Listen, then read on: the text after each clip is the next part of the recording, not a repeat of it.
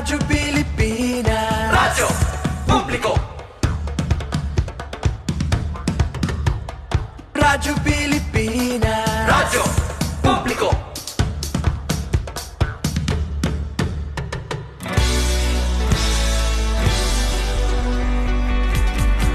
Mahalagang mga balita, napapanahong impormasyon. Kami ang inyong gabay pag may bagyo at sakuna. Serbisyo ng gobyerno kapag may nangangailangan. Mga proyekto ng Pangulo, damang-dama ang pagmamahal niya. Tulay ng mga hinaing, ang problema ng bayan ating lulutasin. Tulay sa himpapawid, tulay ng pagbabago. Radyo Pilipinas, Radyo Publiko. Ng bagong Pilipinas, Radyo Publiko. Radyo Pilipinas, Radyo Publiko. Ng bagong Pilipino. Mga proyekto ng Pangulo, damang-dama ang pagmamahal niya. Radyo Pilipinas, Radyo Publiko. Ang boses ng Pangulo.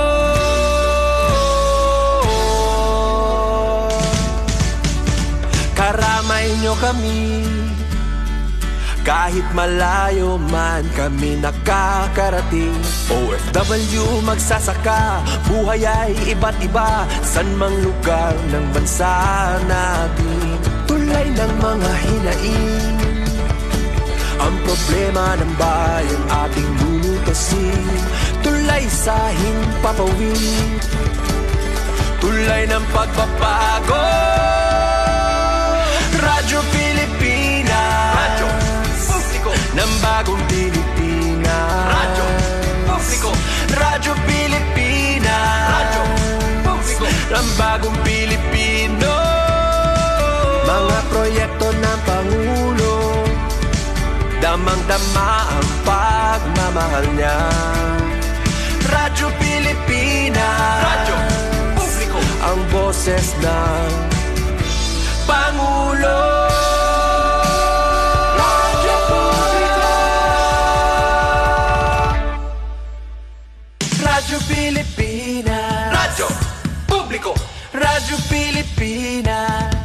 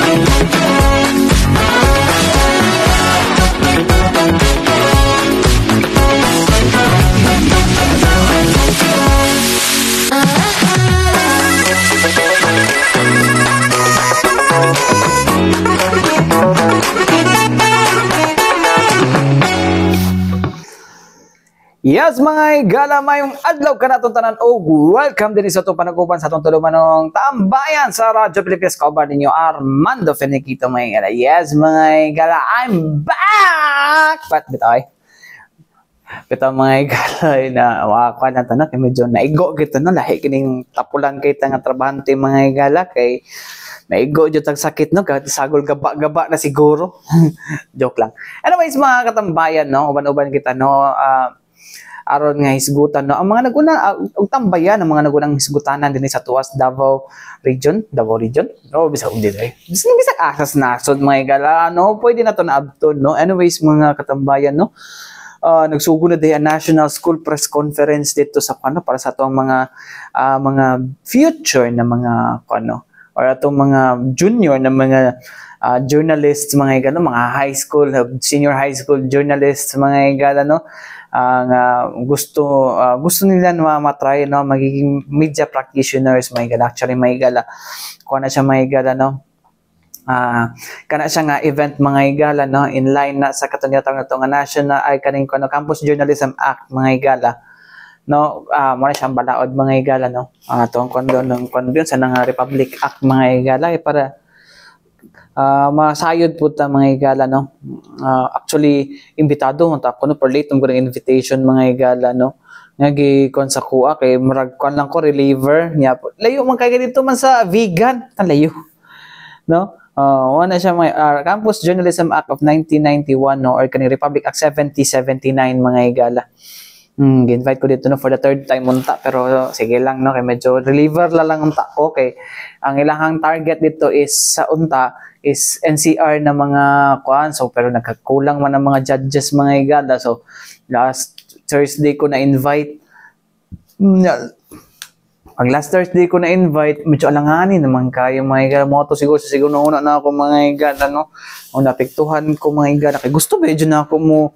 Ako ang, di ba, yearly ba na ako na ginabuhat karon mga igala, no? Depende sa invitation sa Department of Education National mga igala. So, well, nandiyan na mga igala, no? Diligid adlaw Pasko mga igala. Pero ang importante mga igala, no? Kay kwanta tamad ta nga trabahante, charing.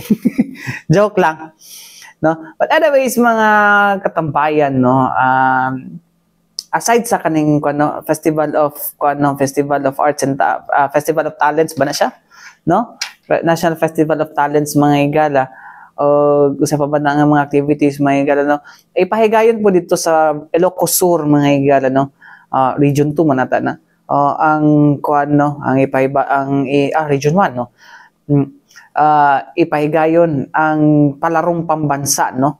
Una sa target sa to ang Davao Eagles mga igala, or ato ang Davra mga igala, Davra Eagles mga igala, no. Nga bakatungtong ta og number 3 mga igala. So sa may na actually mga igala sa history sa palarong pambansa mga igala, ang ato ang kuan dyan mga igala, no. Ang number 1 gina of course na NCR, sunod sa NCR kay kuan NCRAA, tapos Calabarzon. Number 3 Western Visayas, pinakagahi na silang tulo mga igala. Karon ang Western Visayas mga igala nasiak naman, no, kina naman tay Negros Island Region mga igala or NIR. So dato mga katong kusog kayo na mga Barotac Nuevo, Negros Occidental, Negros Oriental, mga igala, kana sila isa sa mga kusog pud mga igala, no, nahati naman. So target karon sa Davao Region mga igala nga kuhaon ang third place, promote lang ka kung makuha pud nila siguro, pero lahi man gud si kon mga igala kay just like last year mga igala from number 11 ta last time to 2019 palarong pambansa, pag-abot sa Marikina palarong pambansa niabot ta og number 6 nya. Last year sa Cebu mga igala naabot tag number 4. Pag moingon na si kwan mga igala, pag moingon na si DepEd Regional Director Alan Farnaso mga igala, posible na, no, posible na siya mga igala, no. So atong paminawon mga igala, no, ang mamahimong preparasyon. Actually nag-set up na sila last Friday, no?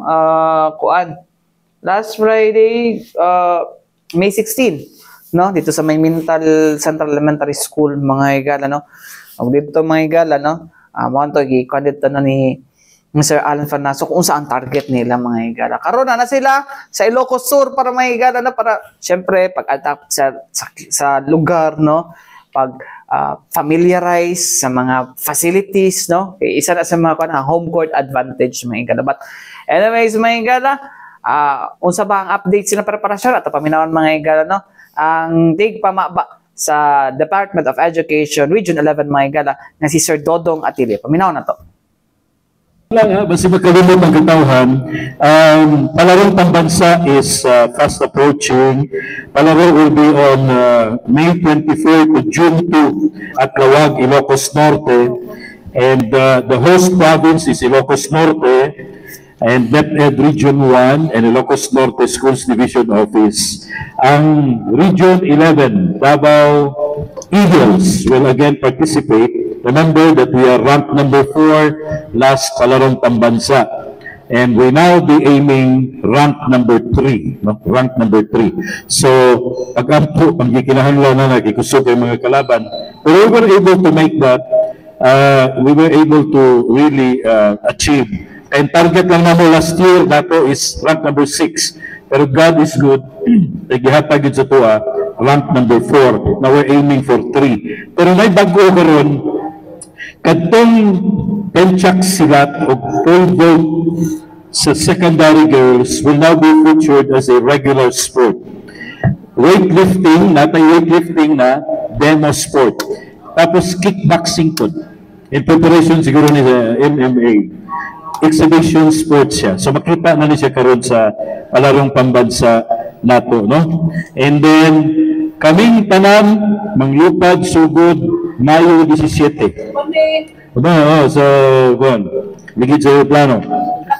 Mayo 17, number of athletes nga larga padulong palarong pambansa 556. Number of coaches 75, number of assistant coaches 21, and total number of chaperones 18. For regular sports, we have a total of 670. Kato bitang ginarank yun na to ang katong medals pa. Now for para games, special games, number of athletes 42, coaches 12, chaperone is a total number 55. So we have a total number of coaches, coaches, assistant coaches, athletes, chaperones, 725. Wapay labot sa delegation officials like me. So, more or less, mga nata sa almost mga 800 siguro.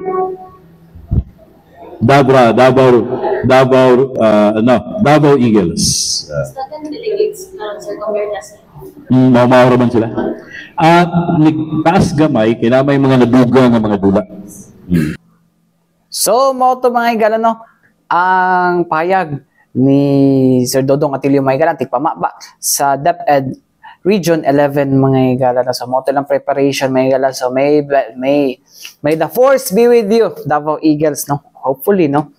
Kamot ko sabay head of delegation, si Mayor Baste bagihapon, pero si Mayor Baste nga kuan man, no? Ang tawagan ni ang host mo to niagi kay Davao del Norte man dapat si Governor Rubahi paabot na mo tana chat na to na kuan si kuan mga igala, no? Si Sir Dodong Atilio about ana mga katambayan, no? Anyways mga katambayan, balik kita man lang sa mga importante pahinumdom ning ato si Bianan. Yes, mga igala, balik kita dito sa ito panagupan sa tutulumanong tambayan sa Radyo Pilipinas. Kauban ninyo Armando Feniquito, mga igala. Di dyan, pantay akong mata, no? Actually, kung ni asa to dapit, diriyatan, malfunction na itong bata pa ko, mga igala, no?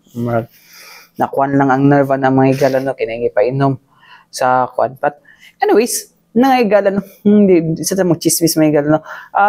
Daghan na kayo tag mga chismis, no? Nga mga kapikian na mga impormasyon nga nagkatak sa social media mga igala, no?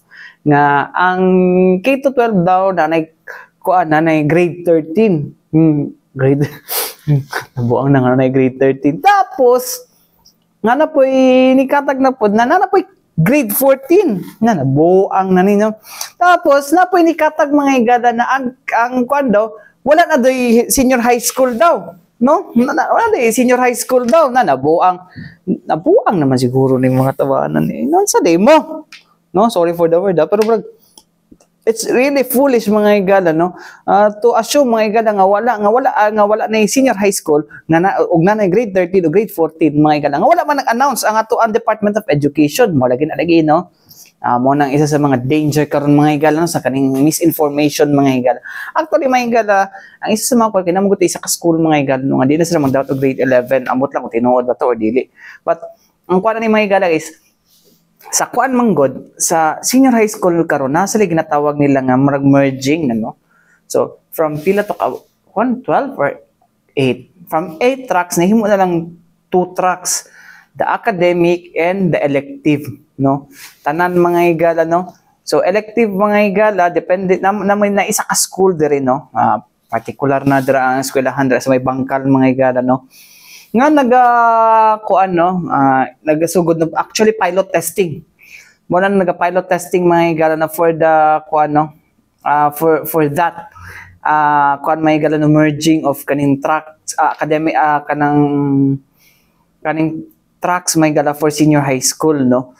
So, para ang kuan mo man isa sa kuan daw kuno I think the matatag curriculum daw na mga higala kay tungod sa kataghan kuan mga higala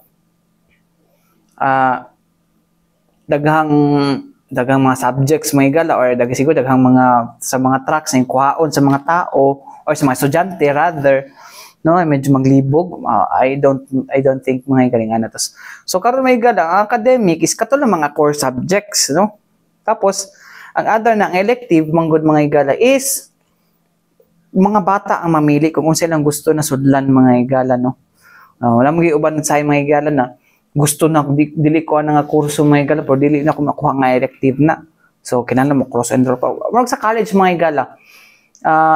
Sa college mga higala nami kanya-kanya may elective pero dili mi pwede ma-enroll dito mga higala kay dili mi kapili kay wala na sa mga curriculum mga higala. So it's either mahawa ka na imong kurso or mag-shift ka or pwede po mo cross-enroll ka.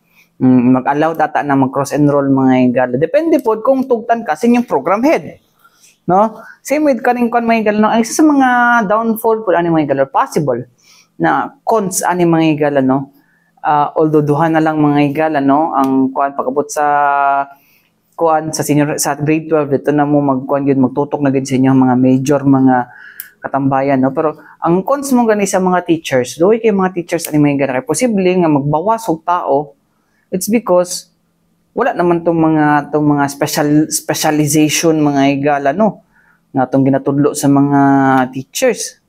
So posible na pero anyways may gala pilot testing pa lang man no? Depende pa na kung unsay mahitabo or unsay resulta ani siya ng mga gala kung padayon ba or dili. Anyways may gala niya, no, pagpasabot, no, sa tuwa ni Sir Dodong Atilio kabahin sa maong kabahin sa maong kining pilot testing mga higala, no, sa kating giniingon na merging mga higala of tracks mga higala, no, from I think 12. Yan ang istorya mga higala, no. Mahimo na lang 2 ang track sa grade 11. Paminaw na to. 2025-2026 is magsugod na ang pilot para sa mga senior high school, no, on the kanina tawag na to nga matatag curriculum, and part of this is katong atong pag-merge na sa ubang mga track, no, from 4 himo na lang 2 from katong ubang mga tracks like UMS, STEM is iisa na lang sila into academic track, and then ang isa is tech book na lang. And right now murag na yung mga possible na dili pa magdawat o na yung mga ubang mga private schools na dili na magdawat o grade 11. It's because of this. Can you enlighten us, sir, with this? That is correct. School year 2025-2026 is the piloting of what we call the strengthened curriculum for the senior high school. Pero konteksto sa. When you say piloting, experimental stage pa na siya. But pasabot, dili pa ni assurance or guarantee kining mahitabo karon nga strengthened curriculum piloting. Before I will crystallize what this means. It does not mean that this will mao na ni mahitabo sa sunod katuigan. So whatever will be the effect of the piloting will be the basis of the decision of the department if we really will have to constrict the tracks, the senior high school tracks, or we will go back to the currently utilized scheme. Ang hitabo magod sa mga pilot schools, ang katong dili pilot schools will continue to be using the currently utilized senior high school scheme. Ang upat ka mga tracks kining academic track, kining technical vocational, sports and arts will now be reduced to 2. Ang tawag niya na sa duha, katong sa academic o katong ang technical vocational nato will now be called kadali no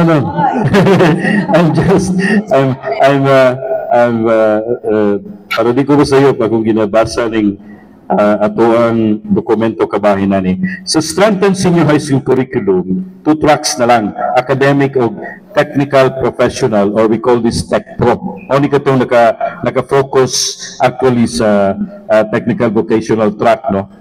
Katong dili included na ani will become electives. So, murag parte na lang sila sa duha ka mga tracks para ma-streamline ang atong senior high school program. But this will only run for few schools here in Region 11, katong pilot schools nato, no? We have the schools already. I have the names, but I'm not at liberty yet to make this public. Pero sa nga nag-announce I think ang UM Tagum, nag-announce na sila. Sila, ilang announcement, pero Davao, DepEd Region 11 will not make the official announcement yet. Sa private schools? Not ay private schools, not ay public schools, no? Kapila na sa tanan. Okay, sige. Depende maguni sa size sa schools division office. For example, Davao City, dako siya nga schools division office. So, ubay-ubay ang eskwelahan. Inganing distribution, kung small ang school division office, usa ka private o usa ka public. One public, one private. Kung medium ang size niya, referring to the area coverage and the number of schools, kung medium, 1 private and 2 public schools. Pag large,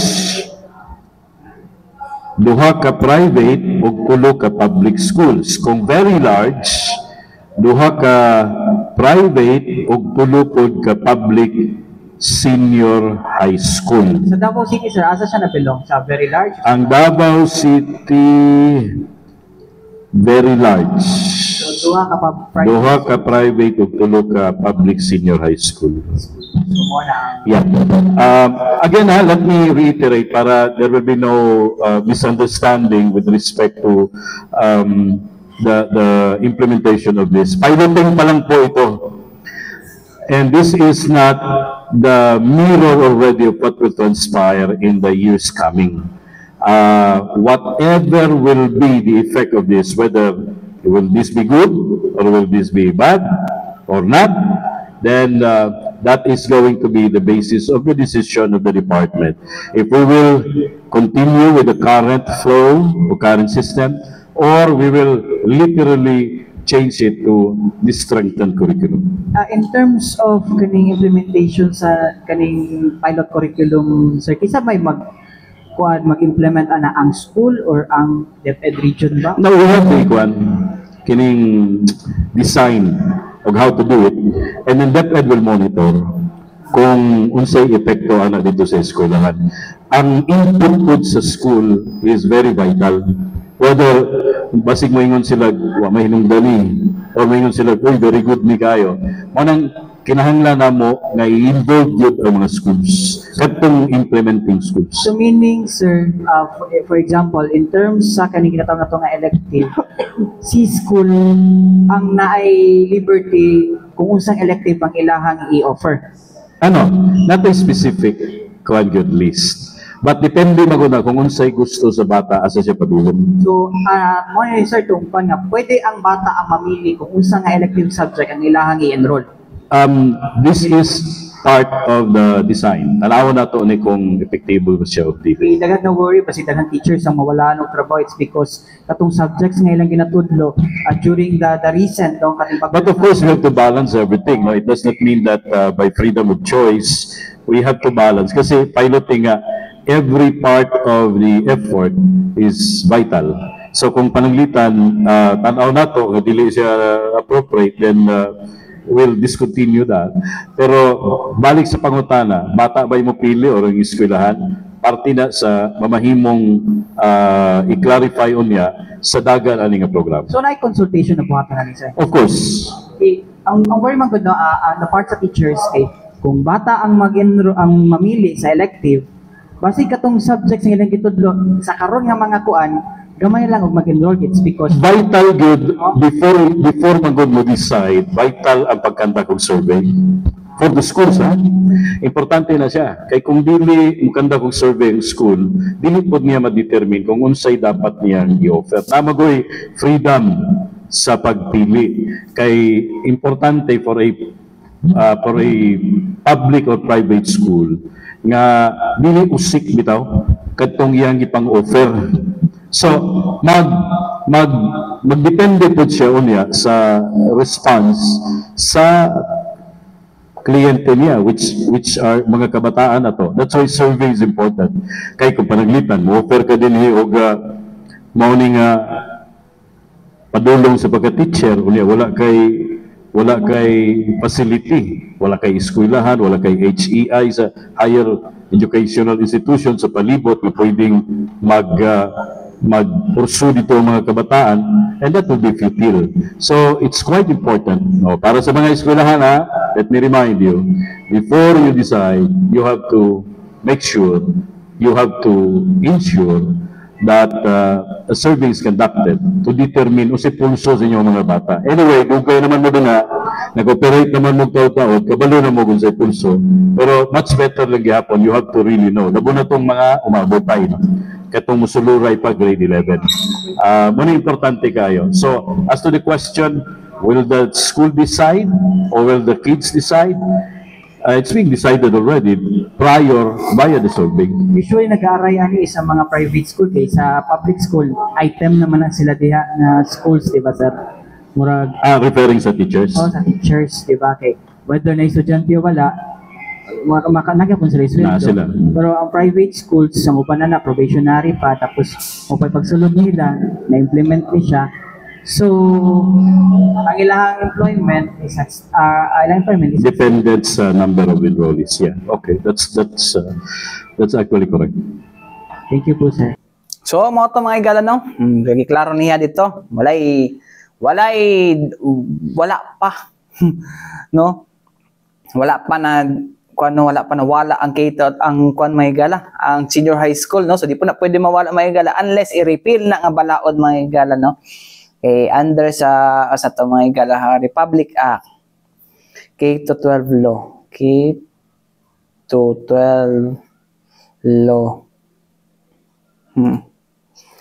Sumala pa sa 10 kuan mga igala, no? Nana siya nakapaloob mga igala sa Republic Act number 10533 o ang Enhanced Education Act of 2013 kung asa nadara ang senior high school mga igala. So ikid mo magbuot-buot kung natanggal na ba o nawala mga igala. But anyways mga igala, actually mga igala, no? Padahon gyud po ng birth pain sa to ang education mga igala, sector mga igala, medyo luoy na kayo sa kung sa buhaton mga igala, medyo alanganin mo, is it because sa kaning ingana siya mga igala, no? Ang purpose mangod nga nung gikuan siya mga igala para makaapas pud ta, no, sa ubang mga nasod mga igala, no, in terms of kining academic requirements mga igala, no? Kay kung dili man gud ta makaapas gud mga igala grade kon na tendency na dili ta dawaton dito mga igala, no, especially pag mag-study kon mo, study abroad, mag-study mo abroad, no, kinahanglan pa ka maghabol ka for that, no? Unlike kung natay kanang 12 years mga igala, although may sila dugang daw gasto mga igala, and I agree na it will not benefit sa mga kaning mga pobre mga igala, although free ato ang basic education mga igala, no? Free ang kwan, free ang ang bilang kwan mga igala sa mga project kana di kana libre gid mga igala, no.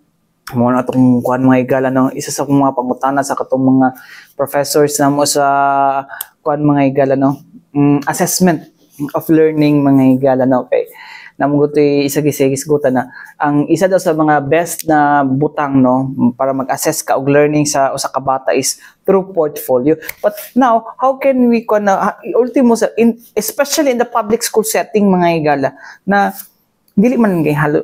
For example, kani worst comes to worst, may kaagi ko ni mga igala, no, dili magligos kay palit og bugas. How much more kanang mga kwan imong portfolio? So mo na mag-adjust gid si teacher, no. So mo na ang kwan mga igala, no, mo na ang isa sa mga element. But well, siguro refining na lang mga igala kay base sa kwan mo nato mga igala kaning PISA ranking nato mga igala, baba kayo ang ato ang ranking mga igala, especially in mathematics, science, and reading. Reading ang pinakakuha nato mga igala, pinaka-problema. No, kung baba atong reading mga igala, how can we comprehend mathematics? How can we comprehend science? No? Magsugod din na permente sa reading mga igala. Well, di po na ako na mga igala, kanapoy mga tao po mga igala. Even the elders mga igala and the boomers mga igala also have problems in reading comprehension. Di ba? Is it really, kuan mga igala, no? Grabe nga problema sa tuang nasod, no? Kaning, di, kabalo mo basa pa, di kabalo mo sabot, no? Mo na isa sa mga kuha na ito mga igala, no, reading comprehension, yun ang problema din sa tawag nasod mga igala, no. May kabalo ba sa if of course mga igala kabalo mo ba sa, it's because we mimic, di ba? The kaning ginatawag natin theory of mimesis or mimetics mga igala, nga murag ang theory na sa language mga igala is ginasundog nato ang kuan through sounds. But how about the comprehension? Diba? Kana siya mga igala, natun-an ko na kindergarten pa ko. Kanang musundog, pero pag abot sa kuan mga igala, maybe because mga igala, no, I was thankful mga igala na akong comprehension medyo nasa average mga igala. It's because average lang nga, dili ko kuan nga taas ko reading comprehension.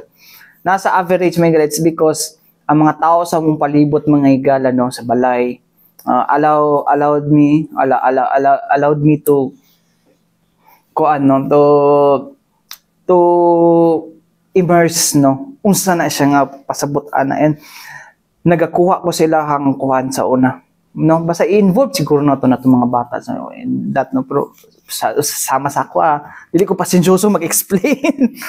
Pasalamat mod ko siguro, no, sa mga tao sa akong palibot when I was young, no, nga nasili pasensya nga ilaha kong pasabton kung saan nga mga botang. It's all about kwan po siguro. Ang kwan is it starts at home mga igala. And isa pa mga igala, no, comprehension mga igala reading comprehension could be attain mga igala if siguro simbahan mga igala also plays a big role mga igala, no, nga sa pagpasabot, no. Bisag unsa ka simbahan mga igala. Kaya ako medyo na kuan na imuhang na wide na imuhang akong horizon mga igala. Tung nag-apil ka sa Flores de Mayo, tapos pabasa-basahon ka unsa may pasabot ana. Kanang naay mo lead sa imuha. Community plays a role, no, in enhancing, no, every kid's reading comprehension. Mo na nga importante ang role sa tong community mga igala, church, community, family, no, para mo taas sa to reading comprehension yun mga igala. Mo na isa sa mga problema karon nga ginatubang sa tuang nasod kay puro na lang cellphone mga igala. Well, siguro sa tanan ako mga igala na advantage yung karon mga igala, it's because of the technology, but right now mga bata siguro puro ko siguro, I'm not sure it's because I don't have kid, no. Beta mga igala dinita sa ato ang announcement mga igala, basing malain na ni sa ko akong mga amigo mga igala na dinhi sa to ang kining power interruption update mga igala na emergency switching power interruption na ipahigayon karong May 23 mga igala karong Biyernes. no? May 23 may gala no, diha sa southern part sa Davao City may gala kun asa importante kini nga ipahigayon may gala para sa primary line transfer o kaning pagtanggal sa mga poste mga igala no nga gi-request sa DPWH mga igala no or Department of Public Works and Highways mga igala no para malikayan mga igala ang taas nga power interruption mga igala ang loads nga gikan sa affected nga linya mga igala mabalihin ni mga igala na sa duol nga substation mga igala sulod sa 30 minutos mga igala no anytime between alas 12 sa tungang gabi hangtod na alauna sa kadlawon mga igala no ug ang normalization may igala ang pagbalik sa load may igala sa yang normal nga setup mga igala another 30 minutes may igala gikan sa alas 8 sa buntag hangtod alas 9 sa buntag mga igala no so mga apektado ni mga igala ang crossing Maa diversion road kana mga igala isa na sa mga kwan kay daghang nagreklamo ana so ibalhin na gid nila sa diversion roads magtuod and waan areas tapos portion sa Langob no apil na dira Monterits mga igala no so sulod na pud ani mga igala na napoy 8-hour power outage mga igala nga ipahigayon 12:01 hangtod sa tungang gabi as 12 tungang gabi hangtod alas 8 sa buntag mga igala nga makapekto sa mga portion mga igala sa crossing Maa o diversion road may gala apil gikan sa ballistic shooting range padulong sa crossing magtuod mga gala no ala sa